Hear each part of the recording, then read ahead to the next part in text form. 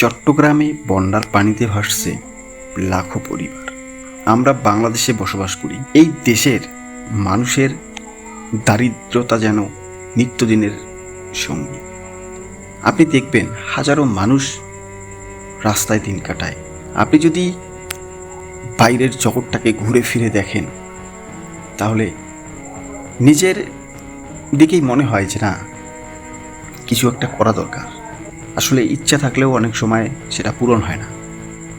দেখবেন যে অনেকের অনেক কিছু আছে কিন্তু তাদের ইচ্ছা নাই, আর যাদের ইচ্ছা আছে তাদের কিছুই নাই। এটাই কিন্তু স্বাভাবিক। মন মানসিকতা অনেক বড়। মানুষের অন্তত পক্ষে এরকম দেখেন, মনে করেন যে দানশীল ব্যক্তিকে আল্লাহ তাআলাও পছন্দ করে, এটা আমরা জানি। আল্লাহ তাআলা দানশীল ব্যক্তিকে খুবই পছন্দ করে। জীবনে আল্লাহ কাকে কিভাবে কোন ওসিলায় মাফ করে দিবেন এটা কিন্তু বলা মুশকিল। এমনও হতে পারে আপনি এমন একটা ভালো কাজ করছেন যার ফলে আপনার তামাম জিন্দেগির গুনাহ মাফ হয়ে যেতে পারে। আল্লাহ আপনাকে মাফ করতে পারে। এখন মূলত কথা যে এই যে চট্টগ্রামের বন্যার বিষয়টা যদি আমরা লক্ষ্য করি, লাখো লাখো লাখো পরিবার একদম নিঃস্ব, যাদের অনেক কিছুই ছিল কিন্তু এখন হয়তো কিছুই নেই, সব বন্যার পানিতে ভেসে গেছে। আর্থিক সাহায্য আমরা যে সমস্ত ফুটেজে দেখি, যে যেভাবেই পারছে সহযোগিতার হাত বাড়িয়েছে। মানুষ হিসেবে এটা কর্তব্য। মানুষ হিসেবে এটা আরেকজন মানুষের পাশে যদি থাকতে না পারি তাহলে সেই মানুষ সার্থকতা থাকলো কোথায়? আমি যদি অন্যের বিপদে পাশে থাকি, আল্লাহ তাআলা আমার বিপদ দেও কাউকে না কাউকে পাশে রাখবে। এটা আপনি মিলিয়ে দেখবেন। আপনি যদি কারো বিপদে পাশে থাকেন তাহলে অটোমেটিক আপনার কোনো বিপদ আসলে দেখবেন যে পাশে কাউকে না কাউকে পাবে, কখনোই ঠেকবেন না। বন্যার পানিতে দীর্ঘদিন তলিয়ে আছে মানুষের বাড়িঘর। এখন শুধু কি তাদের এখন যে সহযোগিতার বিষয়গুলো আমরা দেখতেছি, এগুলা সাময়িক সময়ের জন্য। সে খাবার দাবার বেঁচে থাকার জন্য মানুষের সহযোগিতা, হাহাকার, মানুষের মুখের দিকে তাকিয়ে আছে তারা যে আমরা কি পাবো না একদিনের খাবার। এটাই কিন্তু এই পানি যখন শুকিয়ে যাবে, বন্যা কিন্তু সারা জীবন 1 মাস থাকবে না বা 2 মাস থাকবে না, 5 দিন 10 দিন, এক সময় না এক সময় বন্যার পানি শুকিয়ে যাবে। একটাবার চিন্তা করে দেখেন, এই যে পরিবারগুলো যাদের বাড়ি ঘর দুয়ার একদম শেষ, নিঃস্ব, এরকম অবস্থায় কর্মসংস্থান তো দূরের কথা, পরবর্তীতে তাদের এই বাড়িঘর মেরামত, তারপরে অনেক বিষয়বস্তু থাকে।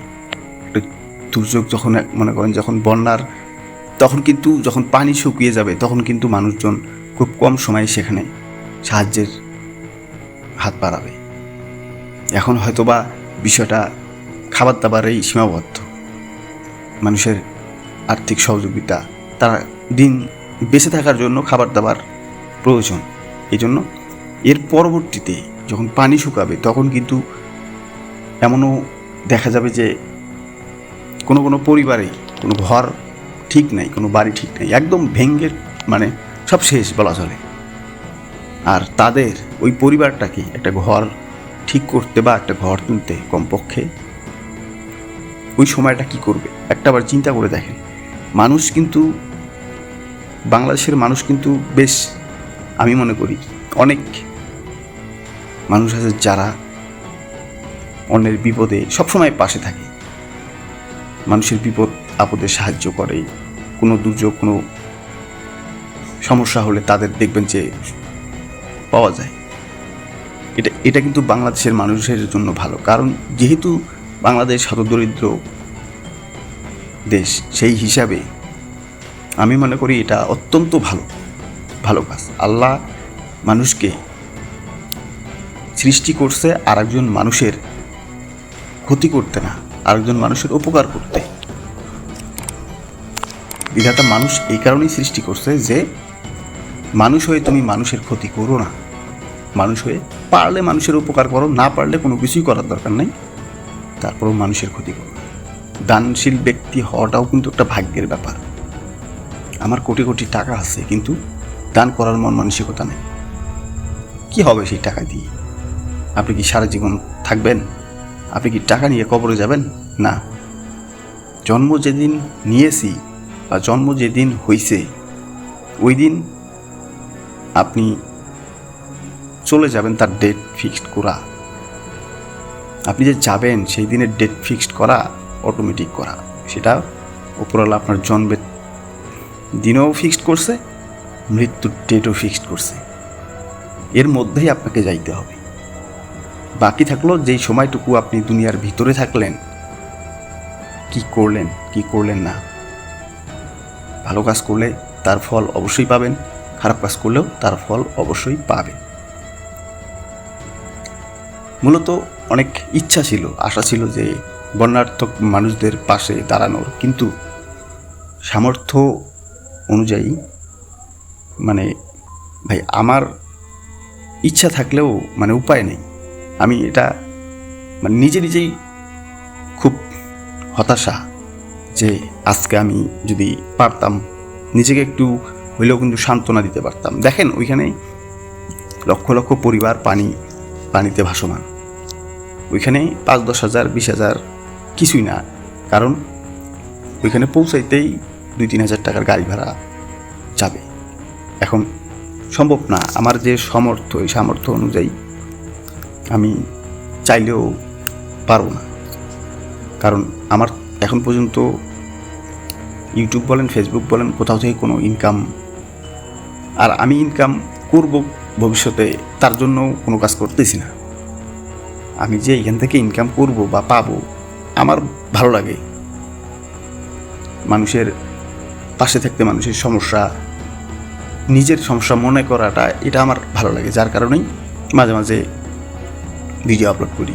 মূলত এখান থেকে ইনকাম করব বা ইনকাম আসবে, কবে আসবে বা আসবে কি আসবে না, এরকম মন মানসিকতা নিয়ে কখনোই সোশ্যাল মিডিয়ায় কাজ করা যায় না। কারণ এটা কখন আসবে কি আসবে না, পারবো কি পারবো না, এটা পরের চিন্তা। যখন আসবে অবশ্যই নিজের চলার জন্য যতটুকু প্রয়োজন রেখে, আমার আশা যে যতটুকু নিজের জন্য প্রয়োজন ততটুকু রেখে বাকি সব আমি মানুষের কল্যাণে কাজ করব। আমার এই নিয়াত, আপনাদেরকে আমি আমার জবান দিয়ে যে কথাটা বললাম, এই আমার নিয়াতটা আপনারা যেরকম শুনলেন, আমার মুখ দিয়ে বের হওয়া মাত্র কিন্তু উপরাল্লাহ শুনে নিছে। এটাই বাস্তব যে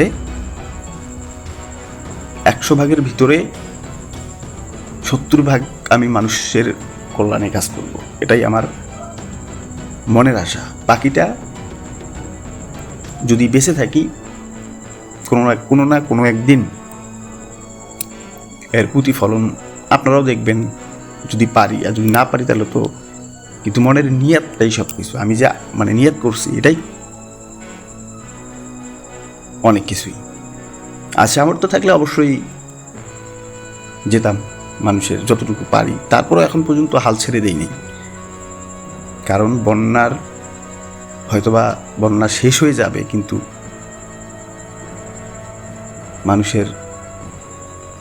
অনেক মানুষের অনেকভাবেই সাহায্যের প্রয়োজন হবে। চেষ্টা করব নিজের যতটুকু পারি, নিজে যদি যাইতে নাও পারি তারপরও নিজের সাহায্যটুকু পৌঁছানোর ব্যবস্থা করব। এটা কনফিডেন্ট দিয়ে বলতেছি, কেননা ওই যে শুরুতেই বললাম, মানুষ হিসেবে একটাই চাওয়া, একজন বিপদগ্রস্ত মানুষের পাশে দাঁড়ানো, এটাই, আর কিছুই না। অনেকেই অনেকভাবে সাহায্য সহযোগিতা করেন। যদি কারো মনে হয় যে আপনারা সাহায্য সহযোগিতার জন্য যাইতে পারতেছেন না, যদি আমাদের সঙ্গে শরিক হন, সাহায্য সহযোগিতা করতে শরিক হন, এটা একান্তই আপনার পার্সোনাল এবং আপনার ব্যক্তিগত ব্যাপার। এখানে দান এমন একটা জিনিস যেটা জোর জবরদস্তি করে হয় না, এটা মন থেকে। আল্লাহ এটা বলেছেন যে আপনি এমনভাবে দান করেন, আপনার যেই হাত দিয়ে দান করবেন সেই বিপরীত হাত বুঝতে পারবে না যে আপনি কত টাকা দান করলেন। যদি কেউ বর্ণাঢ্য মানুষদের পাশে দাঁড়াতে চান, যদি কেউ সাহায্য সহযোগিতা করতে চান, তাহলে মন থেকে স্ক্রিনের নাম্বারে করতে পারেন। আর দয়া করে আপনার কাছে অনুরোধ, আপনি সাহায্য করতে পারেন নাই, সমস্যা নেই, বাজে কোনো মন্তব্য কমেন্টে লিখবেন না।